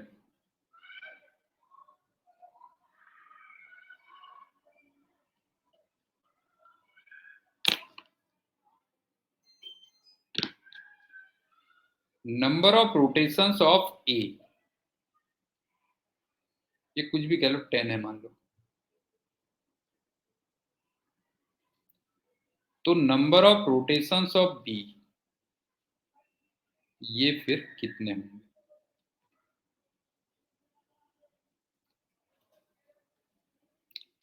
अब मुझे एक बात बताओ कि दोनों के जो सेंटर ऑफ मास होंगे वो इक्वल डिस्टेंस ट्रेवल करेंगे कि नहीं करेंगे? बताओ।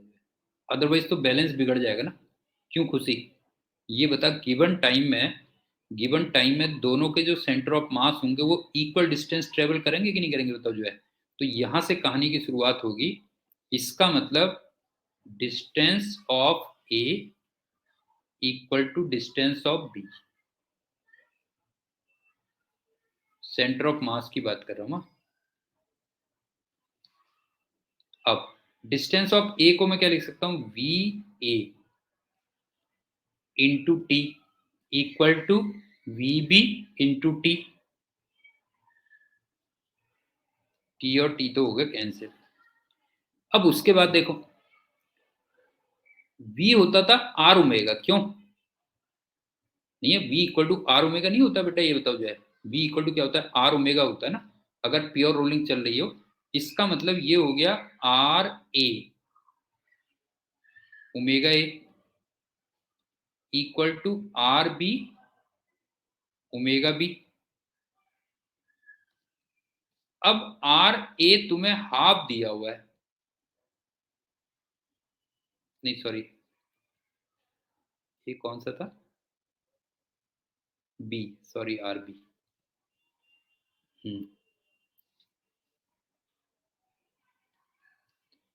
आर बी तुम्हें हाफ दिया हुआ है,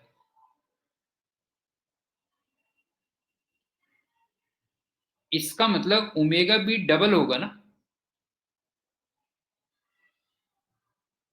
नहीं है? ओमेगा बी डबल नहीं होगा। और ये बताओ कि अगर ओमेगा बी डबल होगा तो नंबर ऑफ रोटेशंस भी डबल होंगे कि नहीं होंगे, बताओ जो है।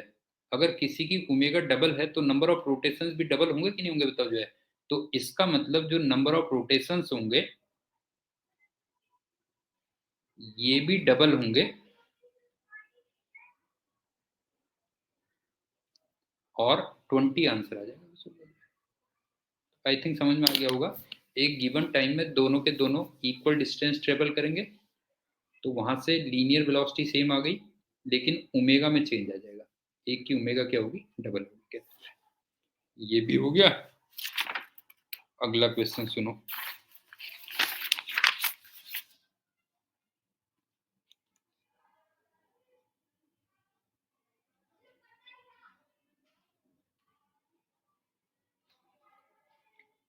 ये एक डिस्क है और ये इस टाइप से दे दिया है, और इसका पोस्टमार्टम करना है, बस हो गया। कोई स्लाइड नहीं है। खुशी बेटा, ऐसी कहानी चलती है, समझ में आई बात। कहानी चलती है ऐसी मयंक। इसका करना है पोस्टमार्टम,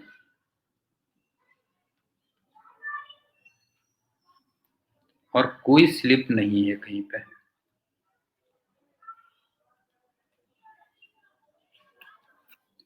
अब आप एक बात बताओ कि ये तो आ गया टी, ये आ गया एम जी। इसका मतलब तुम्हें लग रहा होगा एक तो ये इधर आएगा ए से, और ये एक अल्फा से ऐसे घूमेगा। पहले ये बताओ ये क्लियर है कि नहीं है, इसका पूरा पोस्टमार्टम करेंगे। ये बताओ ये तुम्हें लग रहा है कि नहीं लग रहा है बेटा, बताओ जो है। ये लग रहा होगा ना, ए अल्फा कुछ इस टाइप से होगा ना, नीचे गिरेगा बेटा जो है। अब ए की वैल्यू कितनी होगी, m g minus T upon m. इसको डिस्क मान लेता हूं मैं। अल्फा की वैल्यू कितनी होगी, केवल टेंशन का टॉर्क आएगा, क्यों, T into r upon half m r square. और अब एक बात बताओ कि जैसे ना इसको थोड़ा सा अलग करके देखना, हाँ, तब तुम्हें सब कुछ क्लियर हो जाएगा। ये बताओ ये रेस्ट पे है, ये भी रेस्ट पे है। अब इस वाले पे आ जाओ, इस पे ए नीचे को आया और आर अल्फा इधर को आया, तो इसको भी कुछ रेस्ट पे ही होना चाहिए, क्यों, इसको भी कुछ रेस्ट पे ही होना चाहिए। तो तुम्हें लग रहा है ए की वैल्यू आर अल्फा होनी चाहिए, ये बताओ बेटा जो है, पहले बताओ। ये बताओ ए की वैल्यू आर अल्फा के इक्वल लग रही है कि नहीं लग रही है, बताओ जो है। यहाँ पे जरा देखना बेटा जो है, यहाँ पे ए इक्वल टू आर अल्फा आ रहा है कि नहीं आ रहा है। तो ये मैं कई जगह ना पुली में करता भी था, अगर तुम्हें याद होगा, पुली में मैं कई जगह ए इक्वल टू आर अल्फा करता हूँ, तो इसी कंसेप्ट से करता हूँ, ध्यान रखना। तो इसका मतलब ए की वैल्यू तुम क्या रख सकते हो, तीसरा रख सकते हो, ए इक्वल टू आर अल्फा। ये हो गया, ये फर्स्ट इक्वेशन हो गई, ये सेकंड इक्वेशन हो गई, और ये थर्ड इक्वेशन हो गई। अब लेकिन तुम्हारे दिमाग में एक क्वेश्चन आ रहा होगा ना कि इसमें तो पोस्टमार्टम जैसी कोई चीज हुई नहीं, ये तो नॉर्मल आपने बाहर बाहर से ऑपरेशन कर दिया, क्यों, ऐसा आ रहा, मैं तेरे दिमाग में नहीं आ रहा, बता जो है। इसमें तो पोस्टमार्टम टाइप की कोई चीज हमें लगी नहीं, मतलब जो है, नहीं है। ऐसा फील आना चाहिए मेरे ख्याल से, तेरे को लगना चाहिए कि इसमें पोस्टमार्टम वाली तो कोई बात हुई नहीं। ये तो सर ने बाहर बाहर ही जो है ऐसे ही कर दिया, बस खाली पट्टी वट्टी बांध दी, है ना। बाहर हाथ में चोट वोट लगी थी, पट्टी वट्टी बांध के जो है सर ने वो कर दिया जो है। मयंक आ रहा है कि नहीं आ रहा, ये बता बेटा तेरे को फील जो है। हाँ, हाँ अब चलेगा, अभी अब ऑपरेशन स्टार्ट होगा बेटा जो है वो सुन के आए।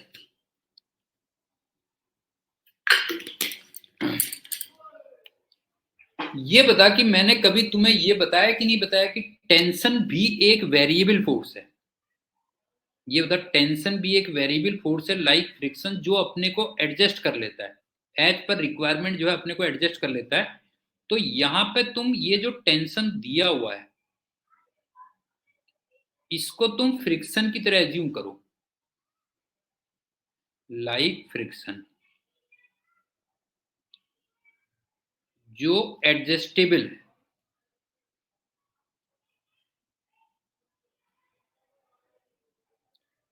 और फिर एक नई फिगर बना रहा हूं, तब तुम्हें समझ में आएगा कि अरे ये तो ऐसे था, इसमें सर ने क्या कर दिया जो है। अब ये बताओ, ये mg है और ये टेंशन है जो जस्ट लाइक फ्रिक्शन है। अब बताओ ये क्लियर हो रहा है कि नहीं हो रहा है? इस टाइप की तो हमने कई प्रॉब्लम्स कर रखी है कि नहीं कर रखी है, बताओ बेटा जो है। मयंक और खुशी, जरा कंपेयर करना बेटा जो है। अब बता, कंपेयर करके देख, तेरे को लग रहा है कि नहीं लग रहा है? बता, ये mg आ गया और ये टेंशन हो गई और ये जस्ट लाइक फ्रिक्शन हो गया। तो बस हो गया, ये उसी टाइप की तो प्रॉब्लम है, एक तरीके से देखा जाए तो सेम प्रॉब्लम तो है, ये दोनों की दोनों सेम प्रॉब्लम है कि नहीं, बताओ जो है। ये कह ले, ऐसा है बेटा जो है फिजिक्स। तो मेरे ख्याल से तेरे को समझ में आ गई होगी। अगला क्या था जरा सुन, देख लेंगे। हाँ, नेक्स्ट क्वेश्चन।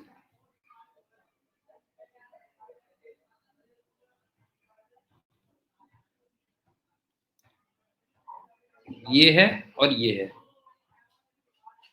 मास वगैरह सब दिए होंगे, तुम्हें यहां पे फोर्स लगाया है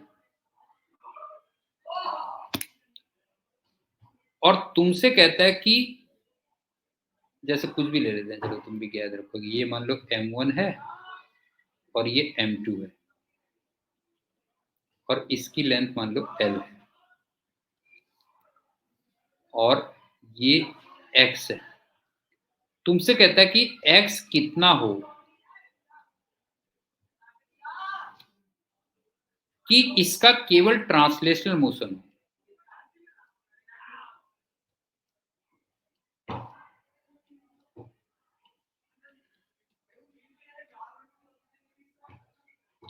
तो बताओ इसमें फिर से क्या कंसेप्ट लगेगा, मैं बता जरा, इसमें फिर से क्या कंसेप्ट लगेगा बता जो है। अगर तू चाह रहा है कि फोर्स ऐसी जगह पे लगाया जाए कि इसमें सिर्फ ट्रांसलेशनल मोशन हो। अच्छा, ये हॉरिजेंटल टेबल पे रखी है, ध्यान रखना बेटा जो है, हॉरिजेंटल टेबल पे रखी है।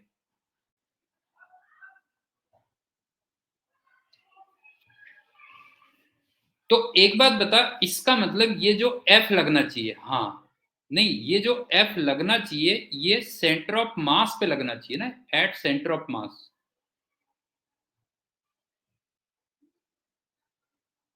बता समझ में आ रही कि नहीं आ रही बात बेटा जो बता जो है, एट सेंटर ऑफ मास लगना चाहिए। अब दूसरी बात सुन, ये m1 का तो यहां पे सेंटर ऑफ मास हो गया और m2 का यहां कहीं हो जाएगा, और जो कंबाइंड सेंटर ऑफ मास आ गया वो यहां आ गया कहीं, नहीं कंबाइंड सेंटर ऑफ मास यहां पे आ गया। इसका मतलब ये वाली जो डिस्टेंस आई ये l/2 माइनस एक्स आई। उसी जरा बताना बेटा, समझ में आया कि नहीं आया बता जो है। m1 का सेंटर ऑफ मास यहां है, m2 का सेंटर ऑफ मास यहां पर है और कंबाइंड सेंटर ऑफ मास यहां पर है। और उसके बाद तुम्हें याद है कुछ हम ऐसे लिखते थे, m1r1 इक्वल टू m2r2, कुछ इस टाइप से लिखते थे कि नहीं लिखते थे, बताओ जो है। कुछ याद आ रहा है बेटा जो है, जैसे ना, हाँ ये m1 है, ये m2 है, यहाँ पे सेंटर ऑफ मास है, ये r1 है, ये r2 है। तो हम लिखते थे ना m1r1 इक्वल टू m2r2 लिखते थे। तो एग्जैक्टली वो चीज यहाँ पे आ जाएगी, बस हो गया। तुम्हें लिखना है m1 into x equal to m2 into L2 minus x, ये लिखना है बस। m1 into x equal to m2 into L2 L/2 minus x. तो यहां से तुम x फाइंड कर लेना, ये कर। बाकी चलो नेक्स्ट टर्म पे मिलते हैं। Okay, thank you and good day. Thank you.